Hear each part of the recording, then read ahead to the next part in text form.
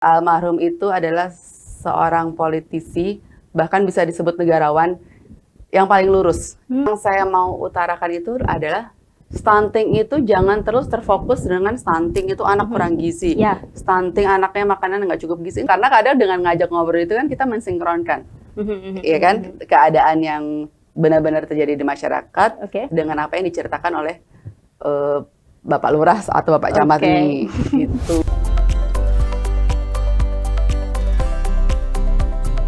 Tribuners, Anda kembali menyaksikan Tribun Topik bersama saya Yunika Bella akan mengajak Anda untuk mengetahui beragam informasi seputar Jawa Tengah dan sekitarnya. Hari ini langsung menyapa dari Gedung Kompas Gramedia Tribun Jateng lantai 3. Sudah hadir bersama dengan Bella, ada Dr. Gigi Rahajeng Widyasari Cahyokumolo. Ini selaku akan caleg DPR RI 2024 dari PDIP. Ini warnanya sudah merah-merah semua. Ini juga salah satu anak, ini lebih tepatnya anak sulung begitu ya, dari almarhum Bapak Cahyokumolo tentunya ya. Mbak, hari ini kita akan discuss isu kesehatan dan perempuan menjadi prioritas anak sulung Cahyokumolo ini yang akan caleg DPR RI 2024. Sebelumnya Bella mau tanya dulu nih, yang melatar belakangi Mbak Ajeng terjun di bidang politik ini apa? Mungkin salah satunya dari sang ayah juga nih. Monggo bisa dijelaskan. Karena saya itu tumbuh menuju dewasa, melihat sosok ayah saya itu berkiprah di dunia politik. Dari sebagai anggota DPR hingga ke menteri, jadi disitulah saya mulai timbul keinginan, termotivasi akhirnya timbul keinginan untuk melanjutkan perjuangan beliau di dunia politik. Ini padahal memang backgroundnya dokter gigi ya, kesehatan ya.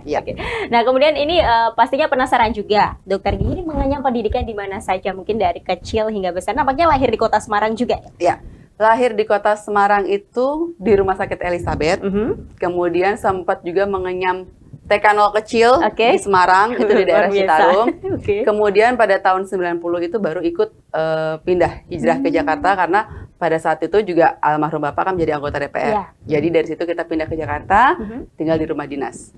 Jadi di Jakarta, 0 besar, SD, SMP, SMA, sampai kuliah, lulus dari Fakultas Kedokteran Gigi Trisakti, semua di Jakarta. Wow, jadi memang dari kecil sudah terbiasa dengan background politik begitu? Jadi nantinya untuk maju ke Senayan sudah siap ya tentunya? Insya Allah siap. Kemudian ini tentunya sosok inspiratif. Sosok inspiratifnya Mbak Ajeng hingga sekarang masih bertahan di kancah politik? Tentu ya almarhum. Kemudian Ibu Mega sebagai sesama perempuan. Benar. Kemudian Mbak Puan Maharani. Dan tentu saja yang tidak lupa adalah Ibu Wali Kota kita, Mbak Ita. Mbak Ita tentunya. Dan nampaknya ini merah semua ya. Iya, betul. Alright. Dan tentunya balik lagi ke almarhum Bapak nih. Pastinya mantan Menteri Dalam Negeri ini sangat-sangat menginspirasi juga anak-anak muda di luar sana begitu ya. Dengan prestasinya juga, dengan setiap karya-karya yang sudah ditorehkan begitu. Mungkin satu pengalaman saja yang tak terlupakan hingga sekarang masih terkenang begitu. Setiap mengingat momennya, bikin semangat apa Mbak Ajeng? Mengingatnya, kalau di dunia politik itu, bagi saya sebagai seorang anak, dan juga saya dengar-dengar dari teman-teman atau kerabat-kerabat almarhum itu adalah seorang politisi, bahkan bisa disebut negarawan yang paling lurus, yang nggak pernah neko-neko, yang melaksanakan perintah dan tugasnya itu memang sesuai dengan regulasi yang jadi almarhum itu tidak pernah neko-neko, nggak pernah cawe-cawe kalau istilah zaman sekarang. Jadi itu ialah yang saya teladani, ingin melanjutkan perjuangan beliau di jalur yang baik dan benar. Wow, pasti ya, kedepannya diharapkan seperti itu. Satu momen mungkin yang masih teringat bersama sang ayah? Semuanya ya? Semuanya pasti, karena sosoknya sudah nggak ada, jadi semuanya menjadi memori. Semangat selalu Mbak. It's kita lanjut ke topik utama kita tentang politik ini. Isu-isu yang diangkat nanti maju ke pemilu 2024 apa? Kalau dilihat dari background medis, yang pasti kesehatan. Terutama kan sekarang yang lagi sedang digalakan adalah penurunan angka stunting. Kemudian yang kedua adalah karena di pemilu 2024 ini banyak pemilih baru, terutama dari kaum Gen Z. Nah, dari situlah saya ingin mengajak buat para pemilih baru, ayo melek politik. Politik benar. Ya kan? Jadi tidak semata-mata mendengar tentang politik itu dari satu atau dua sumber. Jadi melek politik, apalagi kan zaman sekarang itu Gen Z tidak lepas dari gadget. Benar. Jadi sering-sering browsing tentang politik. Jadi jangan gampang terbakar isu dari satu atau dua pihak. Gitu. Benar, apalagi berita-berita hoax atau hanya melihatnya dari framing saja, sepinggir saja begitu ya. Betul. Jadi harus lebih bijak lagi untuk bersosial media dalam hal ini melek politik itu tadi ya Mbak ya. Alright, balik lagi ke isu kesehatan dan juga pemberdayaan perempuan lebih tepatnya. Ini fokus atau konsep utamanya memang di sini. Langkah apa yang ingin dilakukan Mbak Ajeng? Kalau untuk di Kota Semarang sendiri kan angka stunting itu sudah turun ya, bahkan dijadikan pilot project. Ya kan, jadi saya harap kalau nantinya bertugas atau dipilih, ya akan bisa meneruskan lah itu. Jadi jangan sampai sekarang sudah baik nih angka stuntingnya, terus nanti kok tiba-tiba angkanya naik lagi, ya kan? Jadi minimal stabil, maksimalnya 0%. Oke, diharapkan seperti itu. Jadi nggak stuck di tengah, tapi benar-benar bisa sampai 0 itu tadi ya. Oke, balik lagi nih masih tentang kesehatan, tentunya background kesehatan juga, tapi ini tidak membahas ke dokter giginya. Ini lebih khusus balik ke perempuan juga. Kesehatan mental perempuan kan zaman-zaman sekarang kan mungkin terkenalnya dengan feminism kayak gitu-gitu. Menanggapi hal ini bagaimana di Jawa Tengah? Sebenarnya yang saya mau utarakan itu adalah stunting itu jangan terus terfokus dengan stunting itu anak kurang gizi. Stunting anaknya makanan nggak cukup gizi, enggak. Padahal yang mempengaruhi stunting itu pertama, misalnya saya dari sebagai dokter gigi, kan bisa aja misalnya anaknya itu giginya bolong, tapi dia tidak bisa komplain. Dan si ibu pun yang mungkin tidak tahu tentang itu, nggak akan ngecek kan, ini giginya anaknya bolong atau enggak. Padahal kan kalau kita aja ngerasa kalau giginya sakit, kita malas makan kan.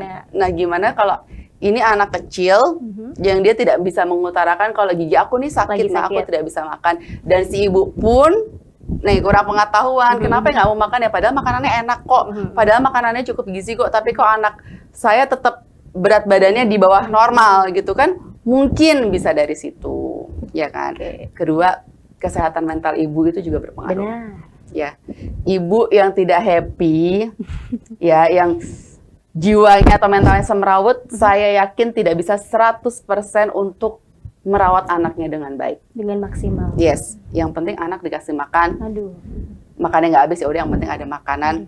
Nggak mau makan yang penting minum susu atau yang penting ngemil. Jadi kesehatan anak itu juga berpengaruh pada kesehatan mental dari sang ibu. Ketiga, lingkungan rumah. Saya sempat membaca di situs Pemkot Semarang itu kalau nggak salah angka stunting itu paling tinggi di daerah Semarang Utara. Saya tanya sama teman-teman, emang ada apa di Semarang Utara? Ya selain daerahnya, katanya kalau bahasanya tuh Bronx, itu pertama. Kedua, banyak yang pengangguran. Ya kan? Kalau pengangguran itu kan otomatis pendapatan keluarganya itu tidak tetap. Kalau pendapatan tidak tetap kan, yang penting makan. Nah, tidak memperhatikan yang penting makan kan, ya otomatis gizi anak itu nomor sekian diperhatikan, gitu kan? Padahal harusnya diutamakan ya. Iya, itu. Jadi saya tekankan lagi, stunting itu tidak melulu adalah anak dan makanan yang bergizi. Jadi karena di sini adalah banyak faktor sebenarnya yang bisa membantu menurunkan tingkat stunting. Jadi mungkin tidak melulu dilihat dari segi anaknya itu, harus dilihat dari segi lingkungan, terutama keluarganya. Dan juga kesehatan mental dari sang ibu juga. Itu terutama. Jangan sampai banyak pikiran juga ya. Nanti kalau anak nggak mau makan, dikasihnya gadget. Menanggapi hal ini juga gimana akhir-akhir ini untuk ibu-ibu yang masih seperti itu, Mbak Ajeng? Karena gadget itu kan bagian dari kemajuan, ya kan? Itu tidak bisa dipungkiri.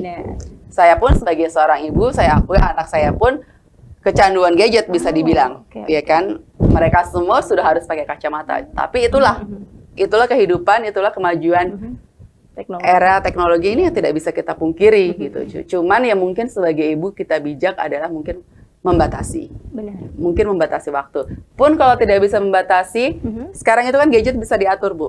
Ada parent control. Mungkin kita bisa memblok atau menutup akses untuk situs-situs yang kurang baik. Jadi khusus untuk anak-anak gitu ya. Kalau di YouTube itu sekarang ada shorts ya. Shorts itu seperti kalau di Instagram itu kayak story.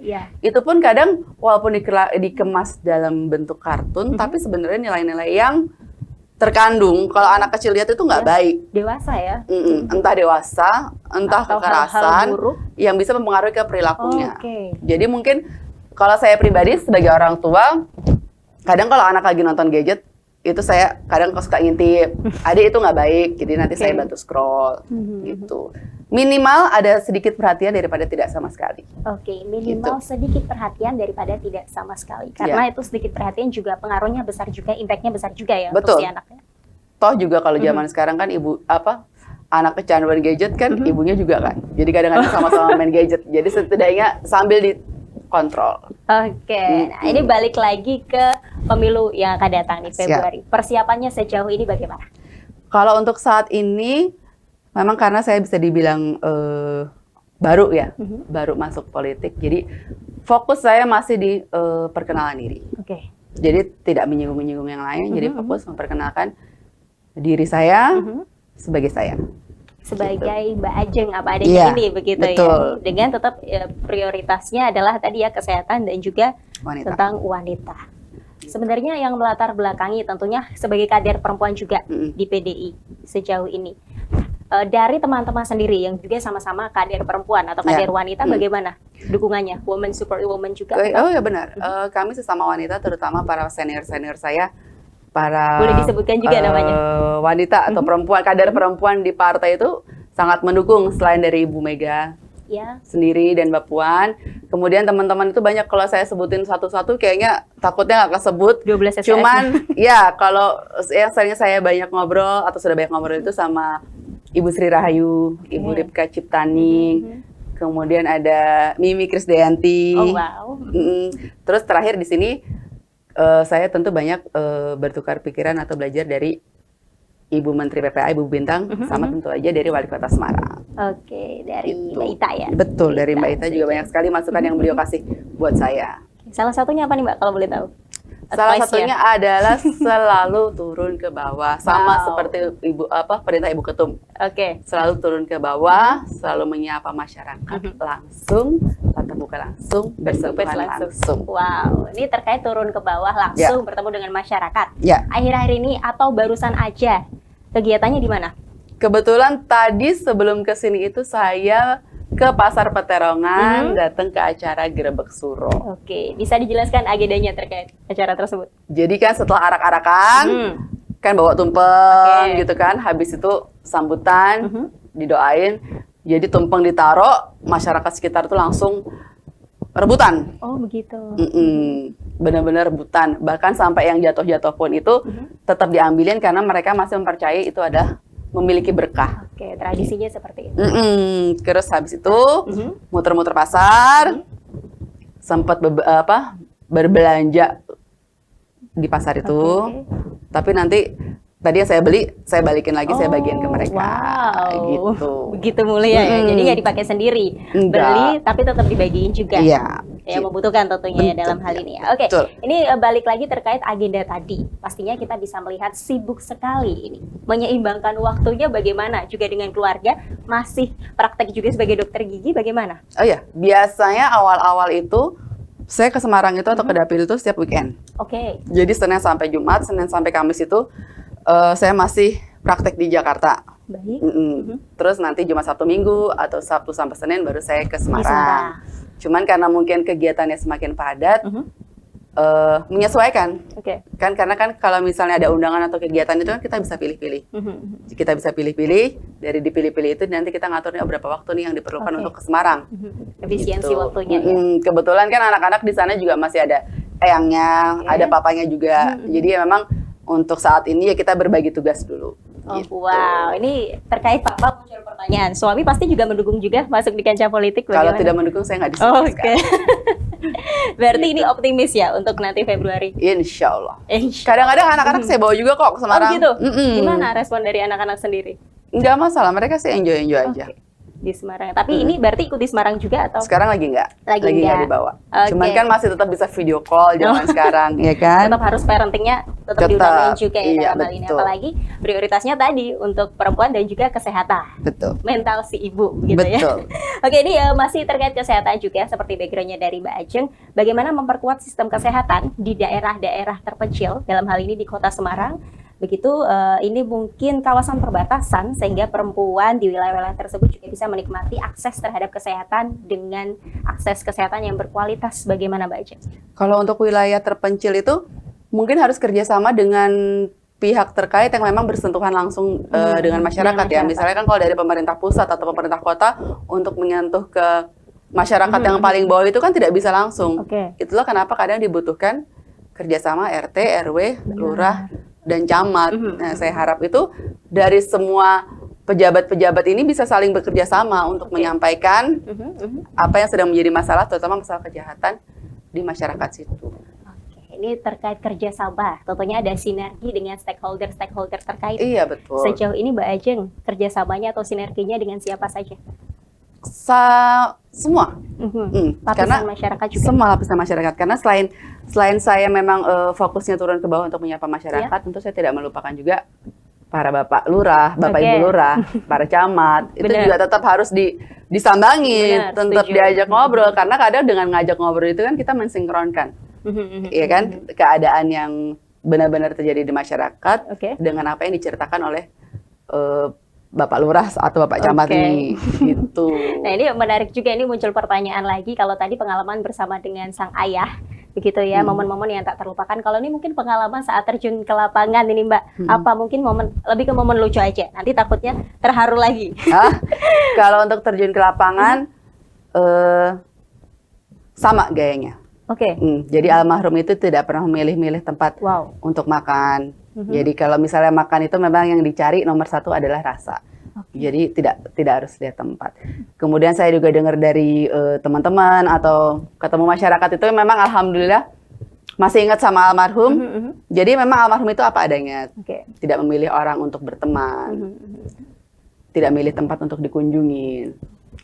Yang saya dapat adalah memang sisi humanis almarhum ini baik sekali dan terekam memorinya hingga saat ini. Gitu. Sangat menginspirasi tentunya. Betul.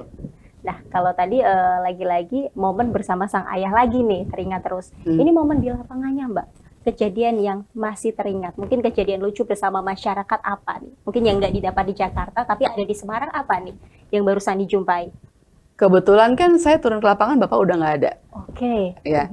Tapi saya masih ingat waktu dulu zaman Bapak kampanye kita pernah dibawa ikut, masih zaman dulu itu kalau nggak salah Bapak itu masih dapilnya tuh di Grobogan. Dan zaman dulu tuh pemilunya kampanyenya itu yang masih di panggung, ya kan, yang masih orasi, yang masih ribuan massa di depan. Nah itu memori yang masih saya ingat. Jadi nanti ke depannya mungkin sudah tergambar akan seperti apa. Jadi udah nggak kaget lagi masuk di kancah politik begitu. Makanya sekarang siap optimis begitu ya. Untuk maju di Februari 2024 nantinya. Nah ini tentunya terkait harapan ke depan atau inovasi yang ingin dicapai bersama dengan partai. Apa nih Mbak? Karena memang sekarang arah sasarannya itu kaum Gen Z ya. Jadi saya berharap bisa bekerja sama dengan partai untuk membuat kegiatan atau program yang memang diminati oleh kaum Gen Z. Gitu. Itu sih yang utama. Itu yang harapannya untuk bersama dengan partai tentunya. Dalam hal ini PDIP. Harapan sudah, kemudian pesan yang ingin disampaikan kepada Tribuners, apalagi untuk pemilih pemula terkait melek politik, kesehatan dan juga pemberdayaan perempuan. Silakan Mbak Ajeng.